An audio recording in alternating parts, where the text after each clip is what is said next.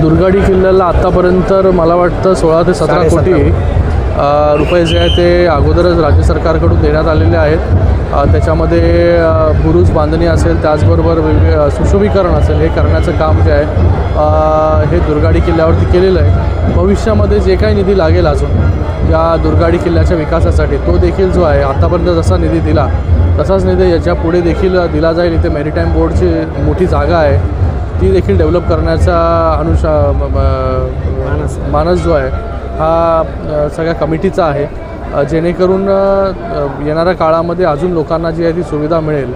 त्याचबरोबर भटाळे तलावचा पण विकास हा देखील एक मोठा मुद्दा गेल्या अनेक वर्षापासूनचा आहे, तो देखील सोडवण्याचं काम जे आहे ते आपण करू।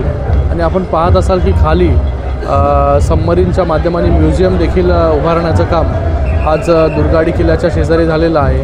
त्याचबरोबर एक शिप देखील ह्या दुर्गाडी किल्ल्याच्या पायथ्याशी ठेवण्याचं काम आपण केलेलं आहे। मला वाटतं सूर्यवंशी जेव्हा आयुक्त होते तेव्हा त्यांनी हा पुढाकार घेतला होता आणि हळूहळू जो आहे तो दुर्गाडी किल्ल्याचा असेल, आजूबाजूच्या परिसराचा असेल, हा विकास करण्याचं काम जो आहे तो आपण करतो।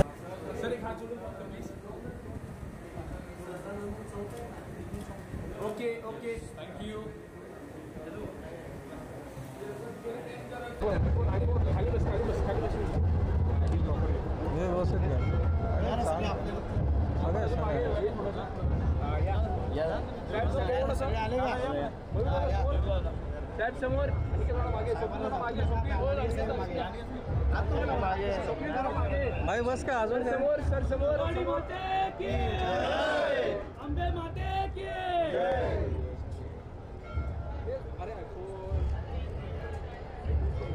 चलो